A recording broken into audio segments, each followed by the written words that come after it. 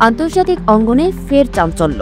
পতিত স্বৈরশাসক শেখ হাসিনা সহ ১২ শীর্ষ নেতার বিরুদ্ধে রেড নোটিশ জারির আবেদন করেছে বাংলাদেশ পুলিশ।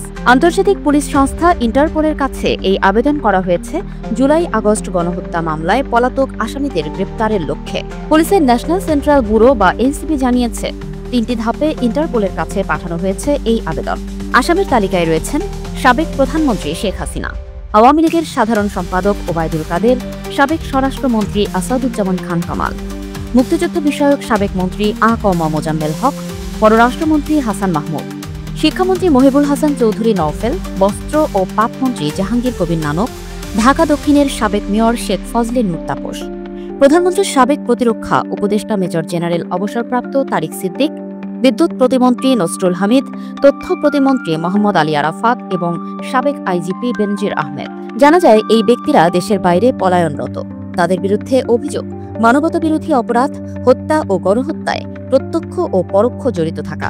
আন্তর্জাতিক অপরাধ ট্রাইব্যুনালের নথি অনুসারে এই ১২ জনের বিরুদ্ধে রয়েছে সুস্পষ্ট প্রমাণপত্র। আসামিরা যাতে কোনোভাবেই বিদেশে থেকে আইনের হাত থেকে বাঁচতে না পারে, সে কারণেই এই উদ্যোগ। তবে এখন প্রশ্ন, ইন্টারপোল কি এই আবেদন গ্রহণ করবে? আসামিদের দেশে ফিরিয়ে এনে বিচারের মুখোমুখি করা কি সম্ভব হবে?